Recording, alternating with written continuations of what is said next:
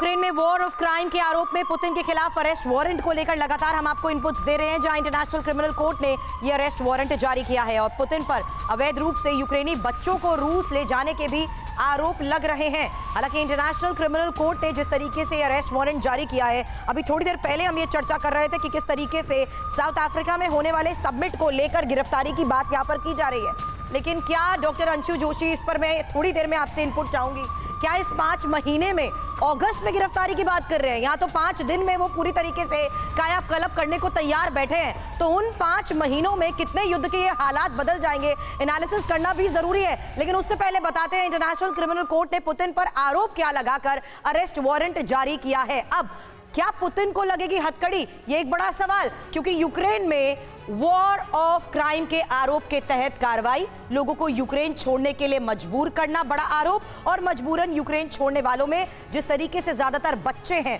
उनको लेकर बड़े तथ्य सामने रखे गए हैं। हालांकि यूक्रेनी बच्चे अवैध रूप से रूस ले जाए गए हैं और बच्चों को जबरदस्ती रूस में भी रखा गया है। अब यूक्रेनी लोगों को भी जबरदस्ती क्या रूस ले जाया जा रहा है, इसको लेकर बड़े सवाल उठाए गए। लेकिन यूक्रेन में रूसी कब्जे वाले इलाके में लोगों को जबरदस्ती रखा जाना, इसी क्राइम के तहत गिरफ्तारी की ये बात, quick reaction doctor Anshu Joshi, क्योंकि इन तमाम आरोपों को लेकर तथ्य तो पिछले 1 साल से सामने रखे जा रहे हैं। अब अगस्त में गिरफ्तारी की स्पेक्यूलेशन, इन 5 महीनों में तो बहुत कुछ बदल सकता है। बिल्कुल बदल सकता है, और ऐसा इसलिए किया जा रहा है क्योंकि आईसीसी को यदि हम देखें तो